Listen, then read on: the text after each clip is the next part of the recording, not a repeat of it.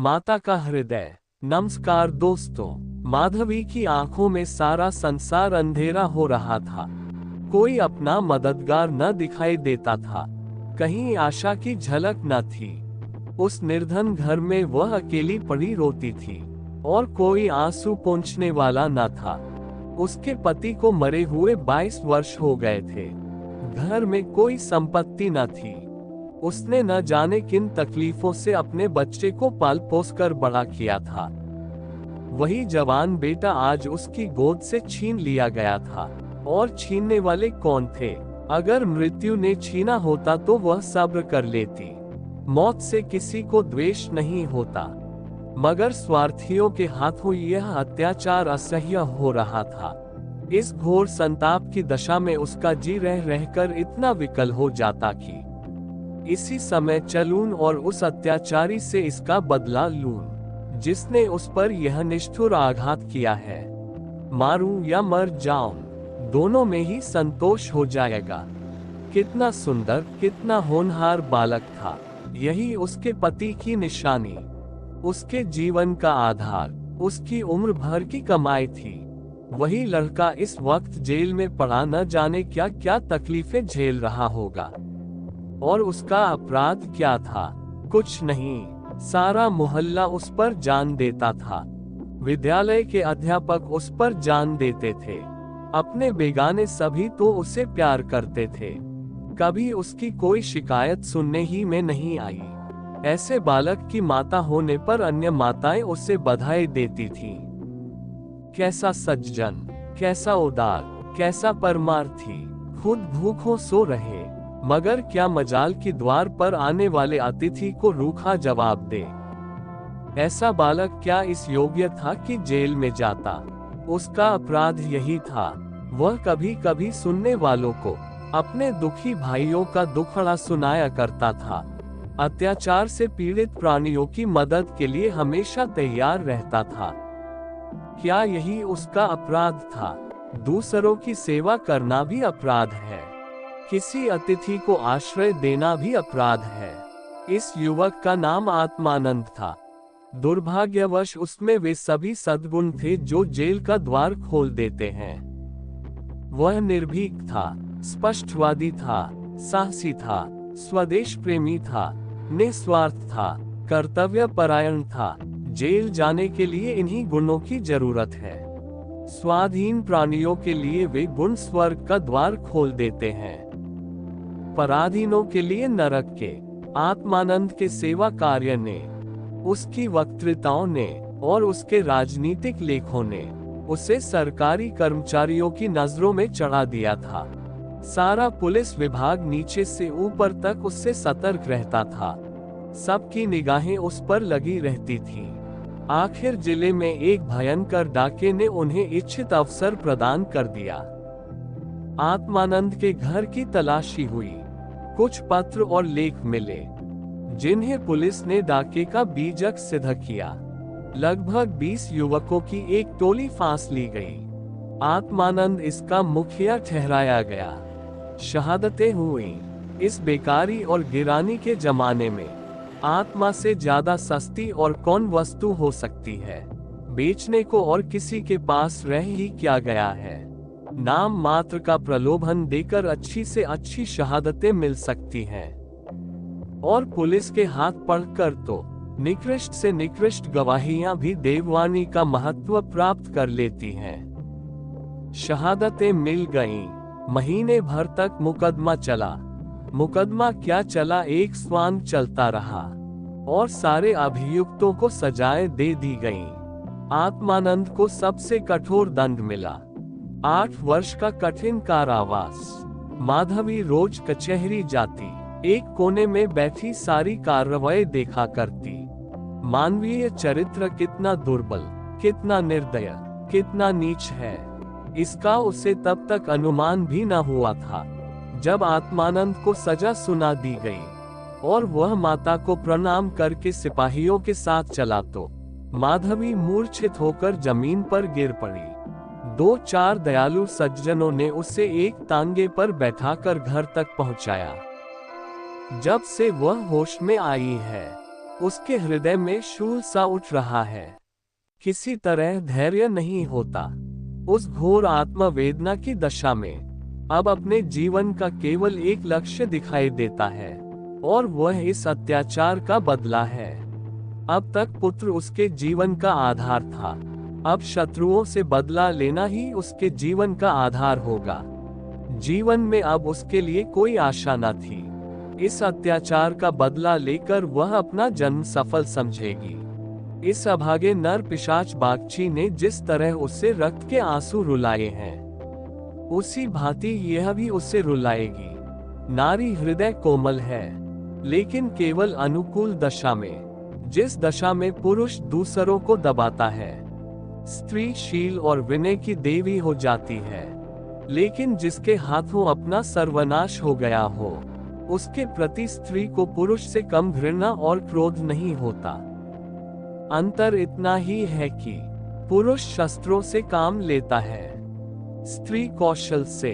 रात बीतती जाती थी और माधवी उठने का नाम न लेती थी।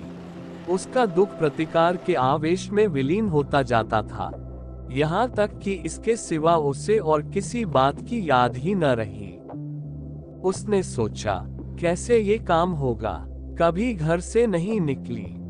वैधव्य के 22 साल इसी घर में कट गए, लेकिन अब निकलूंगी, जबरदस्ती निकलूंगी, भिखारिन बनूंगी, टहलनी बनूंगी, झूठ बोलूंगी, सब कुकर्म करूंगी।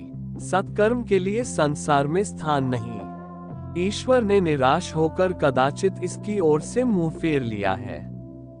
तभी तो यहाँ ऐसे ऐसे अत्याचार होते हैं और पापियों को दंड नहीं मिलता। अब इन्हीं हाथों से उसे दंड दूंगी। संध्या का समय था। लखनऊ के एक सजे हुए बंगले में मित्रों की महफिल जमी हुई थी। गाना बजाना हो रहा था। एक तरफ आतिशबाजियां रखी हुई थी, दूसरे कमरे में मेजों पर खाना चुना जा रहा था। चारों तरफ पुलिस के कर्मचारी नजर आते थे। वह पुलिस के सुपरिटेंडेंट मिस्टर बागची का बंगला है। कई दिन हुए उन्होंने एक माके का मुकदमा जीता था। अफसरों ने खुश होकर उनकी तरक्की कर दी थी, और उसी की खुशी में यह उत्सव मनाया जा रहा था। यहाँ आए दिन ऐसे उत्सव होते रहते थे। मुफ्त के गवैये मिल जाते थे, मुफ्त की आतिशबाजी, फल और मेवे और मिठाइयाँ आधे दामों पर बाजार से आ जाती थीं, और चट दावत हो जाती थी। दूसरों के जहाँ 100 लगते, वहाँ इनका 10 से काम चल जाता था। दौड़ धूप करने को सिपाहियों की फौज थी ही। और यह मार्के का मुकदमा क्या था, वह जिसमें निरपराध युवकों को बनावटी शहादत से जेल में ठूंस दिया गया था। गाना समाप्त होने पर लोग भोजन करने बैठे। बेगाड़ के मजदूर और पल्लेदार, जो बाजार से दावत और सजावट के सामान लाए थे, रोते या दिल में गालियां देते चले गए थे। पर एक बुढ़िया अभी तक द्वार पर बैठी हुई थी। अन्य मजदूरों की तरह वह भून भूना कर काम न करती थी। हुक्म पाते ही खुश दिल मजदूर की तरह दौड़ दौड़ कर हुक्म बजा लाती थी। यह माधवी थी, जो इस समय मजूरनी का वेश धारण करके अपना घातक संकल्प पूरा करने आई थी। मेहमान चले गए, महफिल उठ गई, दावत का सामान समेट दिया गया, चारों ओर सन्नाटा छा गया। लेकिन माधवी अभी तक यहीं बैठी थी। सहसा मिस्टर बागची ने पूछा, बुढ़ी, तू यहाँ क्यों बैठी है? तुझे कुछ खाने को मिल गया? माधवी, हाँ हुजूर, मिल गया। बागची, तो जाती क्यों नहीं? माधवी, कहाँ जाऊं सरकार, मेरा कोई घर द्वार थोड़े ही है। हुकुम हो तो यहीं पड़ी रहूं। पाव भर आटे की परवस्ती हो जाए हुजूर। बागची, नौकरी करेगी? माधवी, क्यों न करूंगी सरकार, यही तो चाहती हूँ। बागची, लड़का खेला सकती है? माधवी, हाँ हुजूर, वह मेरे मन का काम है। बागची, अच्छी बात है, तू आज ही से रह जा, घर में देख, जो काम बताए वह कर। 1 महीना गुजर गया। माधवी इतना तन मन से काम करती है कि सारा घर उससे खुश है। बहूजी का मिजाज बहुत ही चिड़चिड़ा है। वह दिन भर खाट पर पड़ी रहती हैं और बात बात पर नौकरों पर झल्लाया करती हैं। लेकिन माधवी उनकी घुड़कियों को भी सहर्ष सह लेती है। अब तक मुश्किल से कोई दाई 1 सप्ताह से अधिक ठहरी थी। माधवी का ही कलेजा है कि जली कटी सुनकर भी मुख पर मैल नहीं आने देती। मिस्टर बागची के कई लड़के हो चुके थे, पर यही सबसे छोटा बच्चा बच रहा था। बच्चे पैदा तो हृष्ट पुष्ट होते, किंतु जन्म लेते ही उन्हें एक न एक रोग लग जाता था और कोई 2-4 महीने, कोई साल भर जीकर चल देते थे। माँ बाप दोनों इस शिशु पर प्राण देते थे। उसे जरा जुखाम भी हो तो दोनों विकल हो जाते। स्त्री पुरुष दोनों शिक्षित थे, पर बच्चे की रक्षा के लिए टोना टोटका, दुआ ताबीज, जंतर मंतर, एक से भी उन्हें इनकार न था। माधवी से यह बालक इतना मिल गया कि एक क्षण के लिए भी उसकी गोद से न उतरता। वह कहीं एक क्षण के लिए चली जाती तो रो रो कर दुनिया सिर पर उठा लेता। वह सुलाती तो सोता, वह दूध पिलाती तो पीता, वह खिलाती तो खेलता। उसी को वह अपनी माता समझता। माधवी के सिवा उसके लिए संसार में कोई अपना न था। बाप को तो वह दिन भर में केवल 2-4 बार देखता और समझता ये कोई परदेशी आदमी है। माँ आलस्य और कमजोरी के मारे गोद में लेकर टहल न सकती थी। उसे वह अपनी रक्षा का भार संभालने के योग्य न समझता था और नौकर चाकर उसे गोद में लेते तो इतनी बेदर्दी से कि उसके कोमल अंगों में पीड़ा होने लगती थी। कोई उससे ऊपर उछाल देता था, यहाँ तक कि अबोध शिशु का कलेजा मुंह को आ जाता था। उन सबों से वह डरता था। केवल माधवी थी जो उसके स्वभाव को समझती थी। वह जानती थी कि कब क्या करने से बालक प्रसन्न होगा, इसीलिए बालक को भी उससे प्रेम था। माधवी ने समझा था यहाँ कंचन बरसता होगा, लेकिन उसे देखकर कितना विस्मय हुआ कि बड़ी मुश्किल से महीने का खर्च पूरा पड़ता है। नौकरों से एक एक पैसे का हिसाब लिया जाता था और बहुधा आवश्यक वस्तुएं भी टाल दी जाती थीं। एक दिन माधवी ने कहा, बच्चे के लिए कोई तेज गाड़ी क्यों नहीं मंगवा देती? गोद में उसकी बाढ़ मारी जाती है। मिसेस बागची ने कुंठित होकर कहा, कहाँ से मंगवा दूं? कम से कम 50-60 रुपये में आएगी। इतने रुपये कहाँ हैं? माधवी, मालकिन आप भी ऐसा कहती हैं। मिसेस बागची, झूठ नहीं कहती। बाबूजी की पहली स्त्री से 5 लड़कियां और हैं।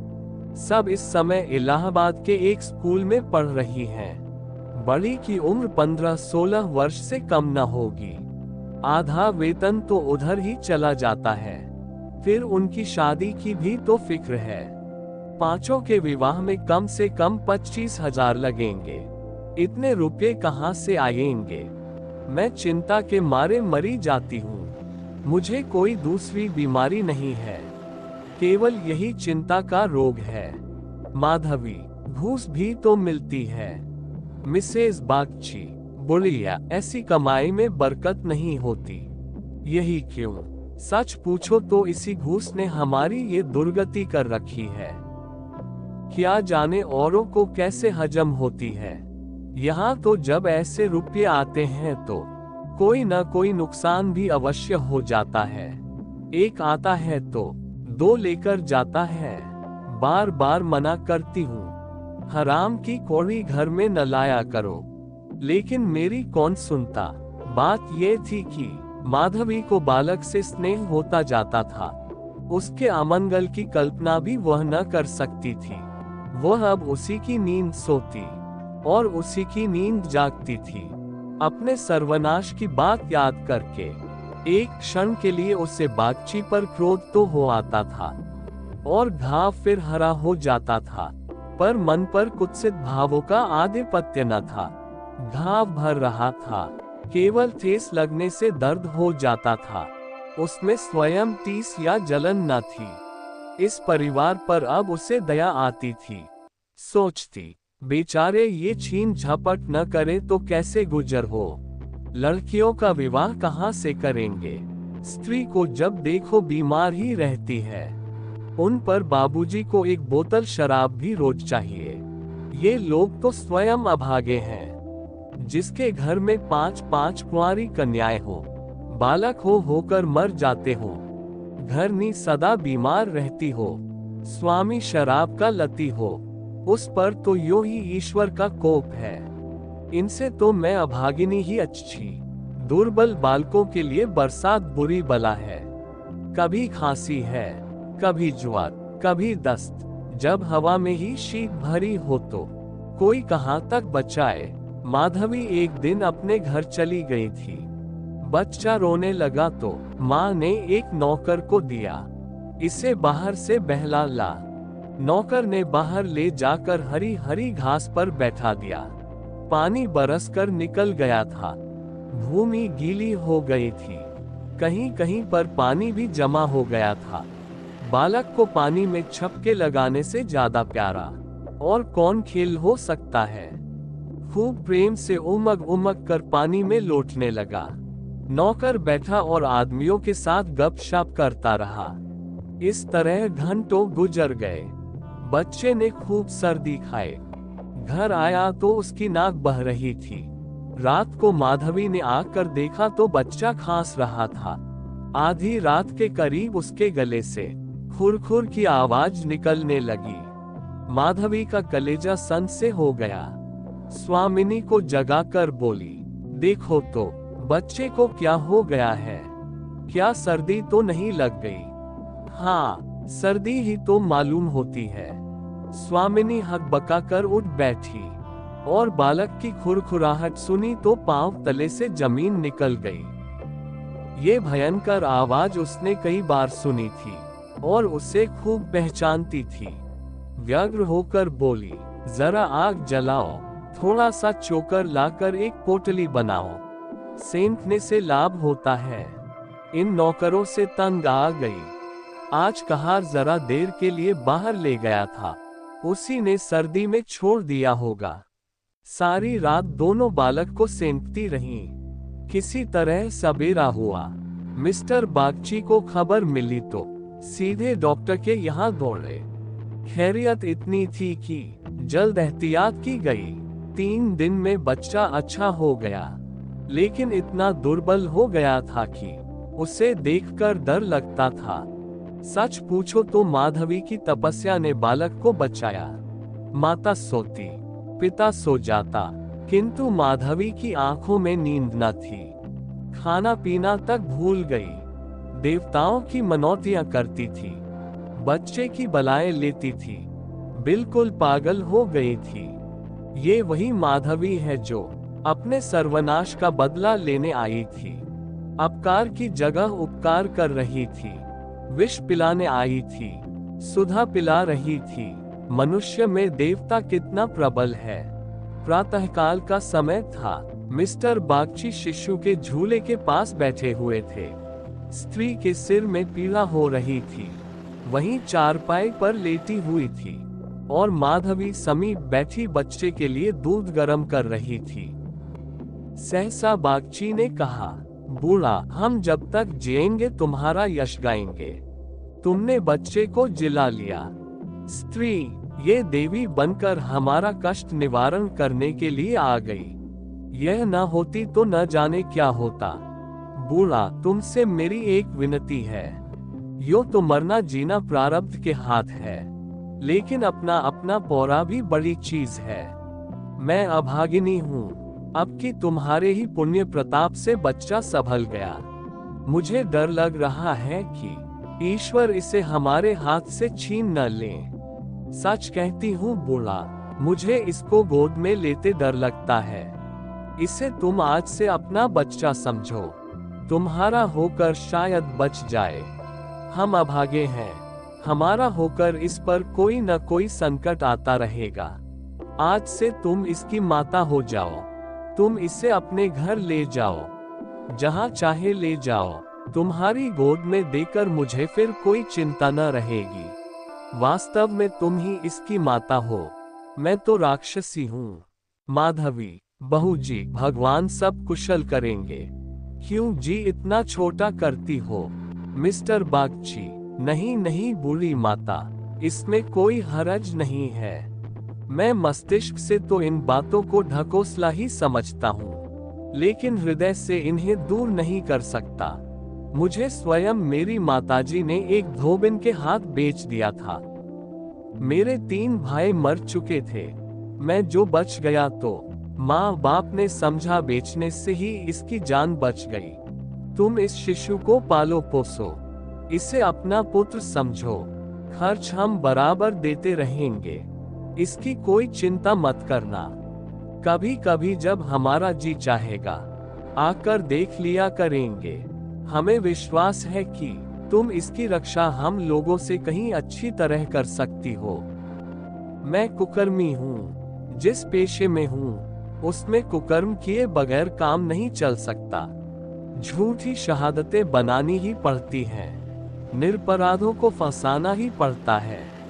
आत्मा इतनी दुर्बल हो गई है कि प्रलोभन में पड़ ही जाता हूँ। जानता हूँ कि बुराई का फल बुरा ही होता है, पर परिस्थिति से मजबूर हूँ। अगर न करूँ तो आज नालायक बनाकर निकाल दिया जाऊं। अंग्रेज हजारों भूले करें, कोई नहीं पूछता।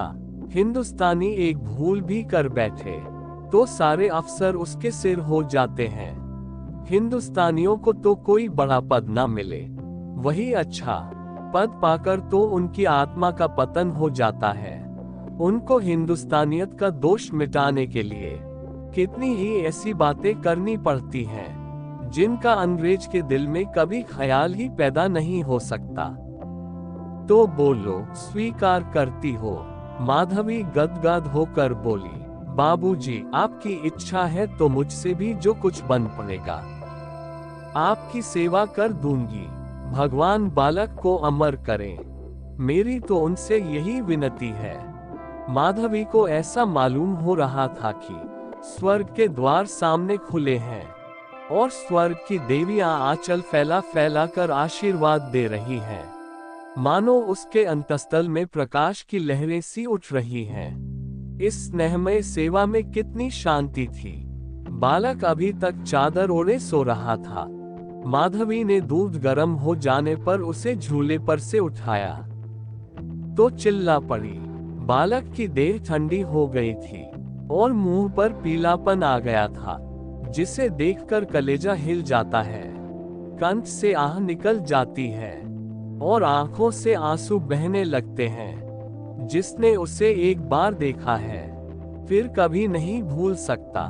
माधवी ने शिशु को गोद से चिपका लिया, हालांकि नीचे उतार देना चाहिए था। कोहराम मच गया। माँ बच्चे को गले से लगाए रोती थी, पर उसे जमीन पर न सुलाती थी। क्या बातें हो रही थी और क्या हो गया। मौत को धोखा देने में आनंद आता है। वह उस वक्त कभी नहीं आती जब लोग उसकी राह देखते हैं। रोगी जब संभल जाता है, जब वह पथ्य लेने लगता है, उठने बैठने लगता है, घर भर खुशियां मनाने लगता है, सबको विश्वास हो जाता है कि संकट टल गया। उस वक्त घात में बैठी हुई मौत सिर पर आ जाती है। यही उसकी निठुर लीला है। आशाओं के बाग लगाने में हम कितने कुशल हैं। यहाँ हम रक्त के बीज बोकर सुधा के फल खाते हैं, अग्नि से पौधों को सींचकर शीतल छाह में बैठते हैं। हाँ, मंदबुद्धि दिन भर मातम होता रहा। बाप रोता था, माँ तड़पती थी और माधवी बारी बारी से दोनों को समझाती थी। यदि अपने प्राण देकर वह बालक को जिला सकती तो इस समय अपना धन्य भाग समझती।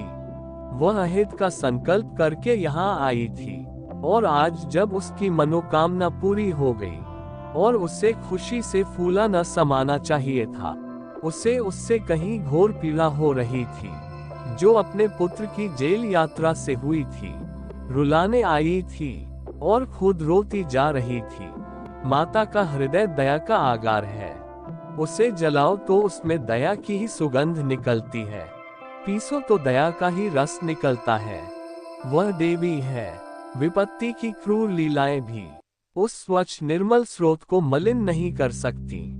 दोस्तों, आपको ये कहानी कैसी लगी?